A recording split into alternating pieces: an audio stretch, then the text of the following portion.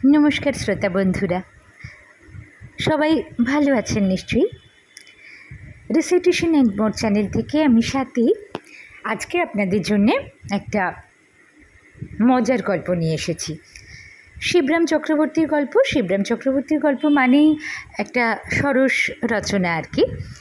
आजके जे गल्पटी पड़े शोनाबो सेटी होच्छे श्रीकान्तोर भ्रमण काहिनी।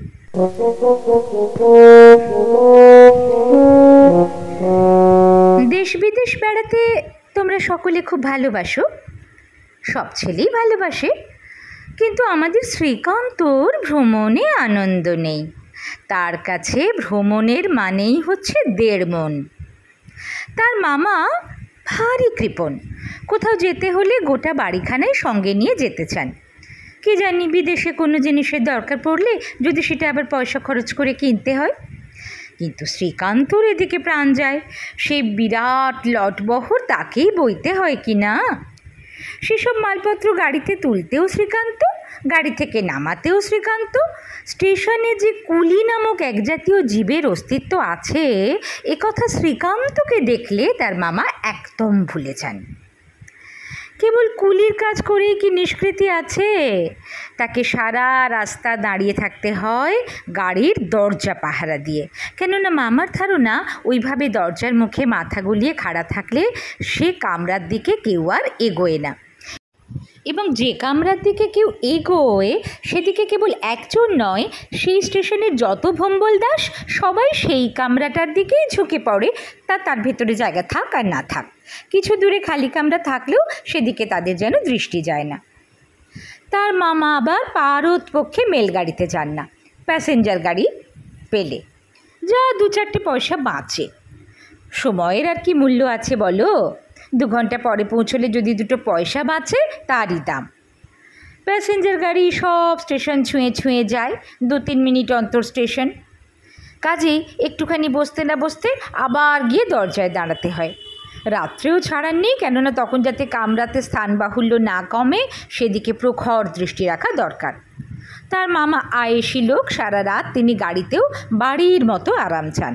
তখন যদি অনাহুত কেউ এসে তার জায়গা জুড়ে বসবার জন্য তার ঘুম ভাঙাতে চায় তাহলে যে কী দুর্ঘটনাই ঘটে তার শ্রীকান্ত ভেবে পায় না। কাজে রিজার্ভ কামরার নোটিশ বোর্ডের মতো তাকে গাড়ির দরজায় লটকে থাকতে হয়। এইসব নানা কারণে ভ্রমণে শ্রীকান্তর সুখ নেই, শখও নেই। কিন্তু না চাইলেও অনেক দিনে স্বপ্নে আসে। হাম হোক কে আর চায়, কিন্তু হামেশাই তা হচ্ছে। ফেল হতে আর কোন ছেলের বাসনা, তবু কাউকে না কাউকে ফেল হতেই হয়। যেমন আজ তাকে যেতে হচ্ছে। ছ্যাঁকড়া গাড়ির ছাদে যা জিনিস ধরে তার 4 গুণ চাপানো হয়েছে। গাড়ির মধ্যে শ্রীকান্ত, তার মামা এবং মামি আর মামাতো বোন টেঁপি। কিন্তু তারই ফাঁকে গাড়ির ফোঁকরেও মালের কিছু কমতি নেই। জলের কুঁজো, হ্যারিকেন লণ্ঠন, হাত ব্যাগ, ছাতা, পানের টিবে, খাবারের চাঙাড়ি, টুকরো টাকরা কত কী। কিন্তু এগুলোর জন্য শ্রীকান্তর ভাবনা নেই, কেননা এসব টেঁপির ভার। পানের ডিবে মামিমা সামলাবেন আর খাবারের চাঙড়ি মামা। কিন্তু গাড়ির ছাতের বাক্স, তোরঙ্গ, বিছানার লাগেজ আর কাপড় চোপড়ের বিপুল আকায় হোলডল ওসব এখন থেকেই যেন শ্রীকান্তর ঘাড়ে চেপে বসেছে। শিয়ালদাও পৌঁছে মামা সর্বাগ্রে নামলেন। নেমেই বললেন, ওগো হাত পাখাটা দাও তো। শ্রীকান্ত, মোটঘাট সব নামা। ও বাপু কোচম্যান, তুমি একটু ধরো বুঝলে, আমি টিকিটগুলো কেটে আনি। গাড়ি দাঁড়াতেই জনাকত কুলি এসে জুটেছিল। তারা শতপ্রবৃত্ত হয়ে মাল নামাতে গেল। মামা টিকিট কাটতে পা বাড়িয়েছিলেন, কিন্তু কুলিদের এই অযাচিত কর্মস্পৃহা দেখে হাঁ হাঁ করে ছুটে এলেন। বাধা দিয়ে বললেন, কি তোমরা মাল নামাবে নাকি? আবদার তো কম নয়, কেন আমাদের কি হাত পা নেই? একজন কুলি শ্রীকান্তের প্রতি সহানুভূতি দেখিয়ে বলল, ওই বাচ্চা ছেলেও কি শেখবে বাবু? কেন শেখবে না শুনি? ওদের বয়সে আমরা লোহা হজম করেছি। শ্রীকান্ত, সব চটপট নামিয়ে ফেলো, ও ব্যাটাদের ছুঁতে দিসনি। যাও যাও, এ কি রুটি শেখা? এখন থেকে ওকে সব শিখতে হবে, তোমরা যাও। বলে যেভাবে মাছি তাড়ে সেইভাবে কুলিদের তাড়াবার একটা চেষ্টা করলেন, কিন্তু তারা নড়ল না দেখে বললেন, দেখো বাপু, মালে হাত দিও না, পয়সা পাবে না আগেই বলে দিচ্ছি। এই কথা বলে টিকিট কিনতে চলে গেলেন।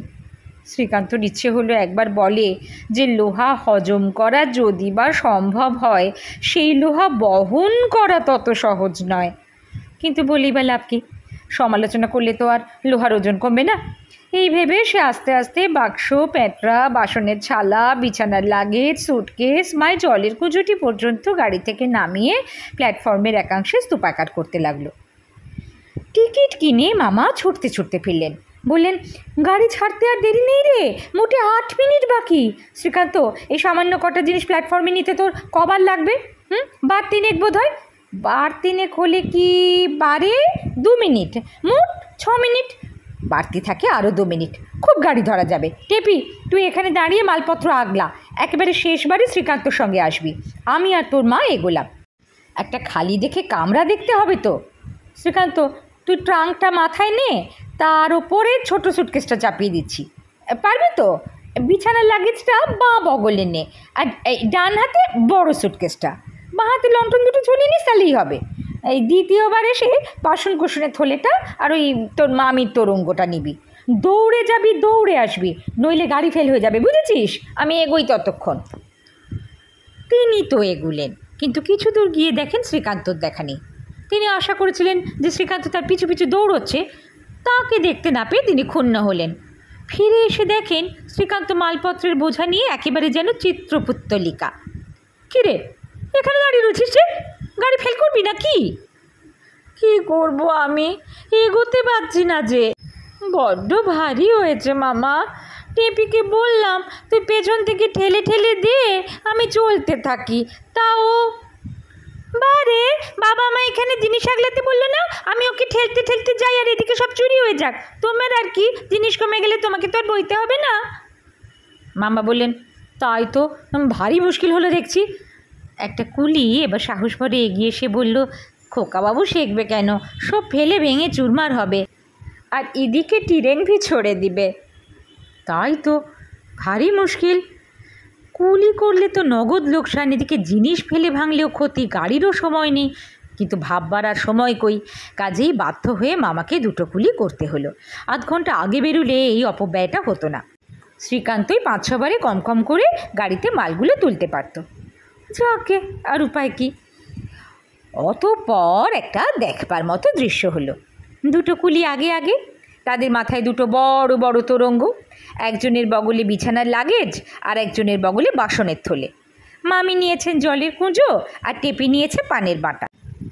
মামার এক হাতে একটা ছোট হাত ব্যাগ, অন্য হাতে তালপাখা। তারই ভারে মামা কাতর, এতই ঘেমে উঠছেন যে ওরই ফাঁকে তালপাখার হাওয়া খেতে হচ্ছে তাকে। সব শেষে চলেছে শ্রীকান্ত একেবারে কুঁজো হয়ে, বাড়তি ট্রাঙ্কটা তারই ঘাড়ে চাপানো হয়েছে। শোভাযাত্রাটা দেখবার মতো। গাড়িতে উঠেই মামা লম্বা করে বিছানা পেতে ফেললেন। এতক্ষণ গুরুতর পরিশ্রম গেছে, সেজন্য যথেষ্ট বিশ্রাম দরকার।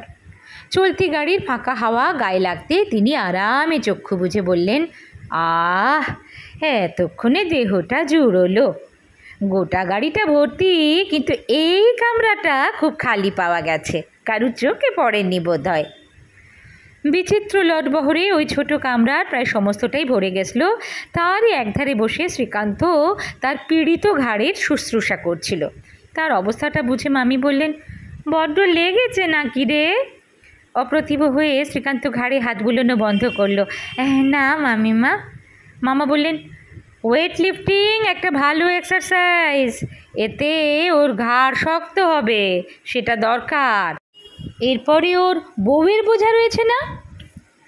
বউয়ের না বইয়ের, কিসের বোঝা বললেন মামা, বোঝা গেল না সঠিক। মামি বললেন, তোমারও যেমন, যাচ্ছে তো কদিনের জন্য বিয়ের নেমন্তন্নে, এত মালপত্র নিয়ে বেরোনো কেন, কী কাজে লাগবে এসব? মামা বললেন, যাকে রাখো সেই রাখে, কথাটা জানো তো? সব জিনিসই কাজে লাগে, কাজের সময় তখন পাওয়া না গেলেই মুশকিল। মামি বললেন, মদনপুরে গাড়ি তো দাঁড়ায় মোটে 1 মিনিট, বোধহয় 1 মিনিটও দাঁড়ায় না, তার মধ্যে কি এই লটবহর নিয়ে নামা যাবে? দেখো তখন কি ফ্যাসাদে পড়ো, বাক্স পেটরা সব গাড়িতেই থেকে যাবে দেখছি। মামা বললেন, কি যেন গিন্নি, ভাগ্যবানের বোঝা ভগবানে বয়, কিচ্ছু ভেবো না তুমি। মামার কথায় শ্রীকান্তর হৃদকম্প হলো। কেননা মদনপুর স্টেশনে যেখানে 1 মিনিট মাত্র গাড়ি থামে, কিংবা তাও থামে না, সেখানে ভগবানের জায়গায় নিজেকে ছাড়া আর কাউকেই সে কল্পনা করতে পারল না। এই বিরাট এবং বিচিত্র লটবহর তাকেই গাড়ি থেকে নামাতে হবে। তাহলেই তো সে গেছে, তাকে আর খুঁজে পাওয়া যাবে না। শ্রীকান্ত সারা শরীর রেডি করে কাঁটা দিয়ে উঠল। দমদমে গাড়ি দাঁড়াতেই জনকতক কৃষ্ণকায় ফিরিঙ্গি যুবক এসে সেই কামরায় উঠল। মামার এবং মালপত্রের বহর থেকে তারা একেবারে হতভম্ব। অবশেষে তাদের একজন ভাঙা বাংলায় মামাকে বলল, তোমরা এ গাড়িতে কেন বাবু?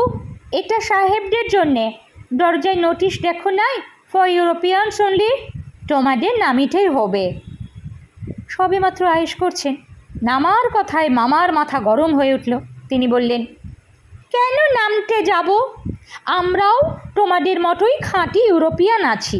চাহিয়া দেখো, তোমাদের ও আমাদের গায়ের রং এক প্রকার। অল রাইট, দেখি তোমরা নামিবে কি না।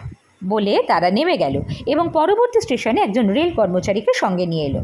কর্মচারীটিও এসে নামিতে অনুরোধ করল। মামা বললেন, সমস্ত গাড়ি ভর্তি, কেবল এইটা খালি ছিল। কোথাও জায়গা না পেয়ে বাধ্য হয়ে আমরা এই কামরায় উঠেছি। অন্য কোথাও বা উঁচু ক্লাসে আমাদের জায়গা করে দিন, এখনই আমরা নেমে যাচ্ছি। আচ্ছা, দেখছি জায়গা, বলে কর্মচারীটা নেমে গেলেন। ফিরিঙ্গিরা গাড়িতেই রইল। শ্রীকান্তর ভয় হলো পাছে কর্মচারীটা অন্য কোথাও জায়গা খুঁজে পান, তাহলে তো এক্ষুনি তাকে ভগবানের অবতার হয়ে আবার ওই লটবহর বওয়াবই করতে হবে। কিন্তু কর্মচারীটা আর ফেললেন না, গাড়িও ছেড়ে দিল। কেবল ফিরিঙ্গিরা নিজেদের মধ্যে গজরাতে থাকলো। মামা সেদিকে ভ্রুক্ষেপ করলেন না, কিন্তু মামি বললেন, কাজ নেই বাপু, পরের স্টেশনে চলো, আমরা অন্য কামরায় যাই। হ্যাঁ, কোথাও খালি রয়েছে নাকি? না থাকে পরের গাড়িতে যাব না হয়। পাগল, সবই তো পরের গাড়ি মামিমা, কোনটা আর আমাদের নিজেদের গাড়ি? বলল শ্রীকান্ত। আবার ওঠানামার ঝক্কি বাবার দায় এড়াতে বলতেই হলো তাকে, যদি পুলিশে ধরে নিয়ে যায়, সাহেবদের গাড়ি যে।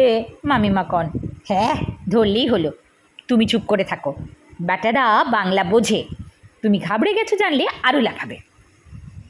অগত্যা মামি চুপ করলেন। খানিক বাদে ব্যারাকপুর এলো। গাড়ি দাঁড়াতেই ফিরিঙ্গিগুলো একজন সাহেব কর্মচারীকে ডেকে আনলো। তিনি এসে বললেন, বাবু, তোমাদের নামিতে হইবে। যাহাদের সাহেবী ড্রেস এ কামরা কেবল তাহাদিগের জন্য। মামা বললেন, তা এই কথা আগে বলেনি কেন সাহেব? আমাদেরও সাহেবী পোশাক আছে, আমাদের সময় দাও, আমরা এক্ষুনি সাহেব বনে যাচ্ছি। ওগো, ট্রাঙ্কের চাবিটা দাও তো। অগত্যা সাহেব কর্মচারী চলে গেল। মামার সত্যিই কিছু সাহেবী পোশাক ছিল না, একটা চাল মারলেন মাত্র। এদিকে গাড়িও ব্যারাকপুর ছাড়ল। অতঃপর ফিরিঙ্গিরা আর কোনো উপায় না দেখে এদের তাড়াবার ভার নিজেদের হাতে নিল। পরস্পর পরামর্শ করে এমন চেঁচামেচি শুরু করে দিল যে মামি দস্তুর মতো ঘাবড়ে গেলেন। মামারও যে একটু ভয় হলো না এমন নয়। মামি বললেন, হ্যাঁ গো, কামড়ে দেবে না তো? মামা খানিকক্ষণ নিঃশব্দে মাথা নেড়ে বললেন, কি জানি। কামড়াবার কথা শুনে টেঁপি একেবারে বাবার বিরাট পরিধির পেছনে এসে আশ্রয় নিল। মামা বললেন, ভালো ফন্দি এসেছে মাথায়। শ্রীকান্ত, তুই কুকুর ডাকতে পারিস? বেড়ালের ডাকতে খুব ভালো পারি মামা, ডাকবো? না না না না না, বেড়াল ডাকতে হবে না, মাঝে মাঝে তুই কুকুরের মতো ডাক দেখি। শ্রীকান্ত ডাকলো, ঘেউ ঘেউ। আরেকটু জোরে, ঘেউ ঘেউ ঘেউ। সহসা কুকুরের ডাক শুনে ফিরিঙ্গিরা সব চুপ। শ্রীকান্ত আবার ডাকলো, ঘেউ ঘেউ ঘেউ। একজন জিজ্ঞাসা করলো, ওরকম ডাকছে কেন সে? তার কি হয়েছে? মামা গম্ভীরভাবে বললেন, ও কিছু নয় সাহেব, এই 10-12 দিন হলো ওকে একটা পাগলা কুকুরে কামড়েছে। Bitten by a mad dog, বুঝলে? ফিরিঙ্গিরা যেন লাফিয়ে উঠল। হ্যাঁ, হাইড্রোফোবিয়া? এ কথা আগে বলো নাই কেন? ও তো কামড়াইতে পারে। মামা বললেন, না না, কামড়াইবে না, সে ভয় নাই। বলতে বলতে নৈহাটি এসে পড়ল। ফিরিঙ্গিরা আর এক মুহূর্ত বিলম্ব না করে তৎক্ষণাৎ হুড়মুড় করে সেই কামরা থেকে পিঠ টান দিল। যাক, বাঁচা গেল। বলে মামা যেই মাত্র না স্বস্তির নিঃশ্বাস ফেলেছেন অমনি আরেকজন ফিরিঙ্গি যুবক এসে সেই কামরায় উঠল এবং সে কোনো উচ্চবাচ্য না করে এক কোণে গিয়ে বসলো, মামাদের দিকে তাকালোও না। মামা বললেন, দাঁড়াও, তোমাকেও ভাগাচ্ছি পরে স্টেশনে। শ্রীকান্ত, গাড়ি ছাড়লেই, বুঝেছিস? যুবকটি ডিটেকটিভ নোভেল বের করে পড়তে শুরু করে দিয়েছিল। হঠাৎ কুকুরের ডাক শুনে চমকে উঠে মামাকে জিজ্ঞেস করলো, ব্যাপার কি, কি হয়েছে ওর? সাহেবের মুখে পরিষ্কার বাংলা শুনে মামা বাংলাতেই জবাব দিলেন, ও কিছু না, জলাতঙ্ক, যাকে তোমরা হাইড্রোফোবিয়া বলো। হো, তাই নাকি? ওতে ওর উপকার হবে। বলে ছোকরা আবার বইয়ে মন দিল। তার নিশ্চিন্ত নির্বিকার ভাব দেখে মামার পিত্ত জ্বলে গেল। তবু তিনি বললেন, তোমাকে সাবধান করা আমার কর্তব্য। কি জানি যদি কামড়ে দেয়, বলা তো যায় না, তখন তোমাকেও ওই রোগে। যুবকটি মৃদু হেসে বলল, আহা না না, যে কুকুর ডাকে সে কি আর কামড়ায়? অগত্যা মামা হতাশ হয়ে হাল ছেড়ে দিলেন এবং শ্রীকান্তও ডাক ছেড়ে দিল। তাকে কুকুর বলাতে সে মনে মনে এমনটাই চটেছিল যে তার ইচ্ছে করছিল এক্ষুনি গিয়ে ফিরিঙ্গিটাকে কামড়ে দেয়। কাঁচরাপাড়ায় গাড়ি থামতেই যুবকটি মুখটা বাইরে বার করে দেখছিল।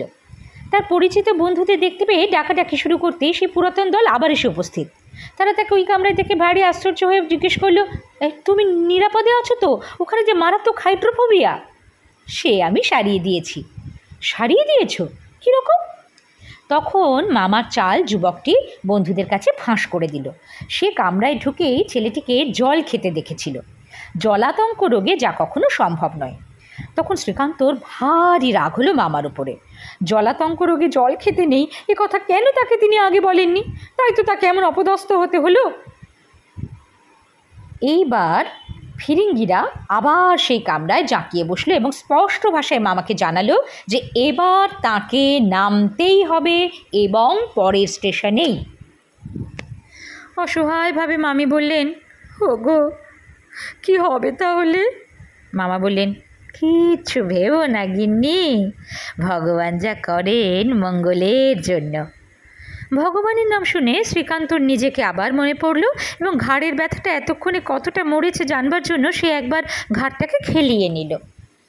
পরের স্টেশন আসতেই মামা বললেন, এখানে তো হয় না, এই পরের জংশনে না হয় বদলানো যাবে, এখানে তো মিনিট খানেক মাত্র গাড়ি থামে, এত মালপত্র আমাদের।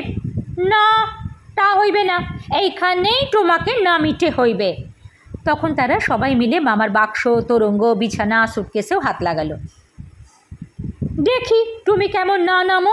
এই বলে একজন বাসনের থলেটা নামিয়ে দিয়ে বলল, হিয়ার ইউ আর, আর এই নাও তোমার জলের পিচার। হুজুর জাত যাওয়ায় মামিমা হায় হায় করতে লাগলেন। ততক্ষণে দুজনে মিলে ধরাধরি করে ভারী ট্রাঙ্কটাও নামিয়ে ফেলেছে। মামা তখন বাঙ্কের উপরের আরও ভারী হোলডলটা ওদের দেখিয়ে দিলেন। একজন গিয়ে সেটা নামালো। মামা বললেন, এই বেঞ্চির তলায় ওই তোরঙ্গটা, ওই যে। একজন সেটা নামিয়ে দিয়ে বলল, এই নাও তোমার তুরঙ্গ।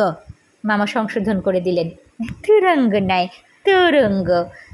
সর্বশেষ বুদ্ধিমান যুবকটি ছোট হাত ব্যাগটি মামাকে এগিয়ে দিয়ে বললেন, গুড বাই মিস্টার।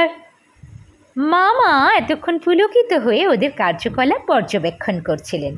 এইবার বললেন, ইহাই মদনপুর, এইখানেই আমরা নামতাম। অতএব good bye misters and thanks.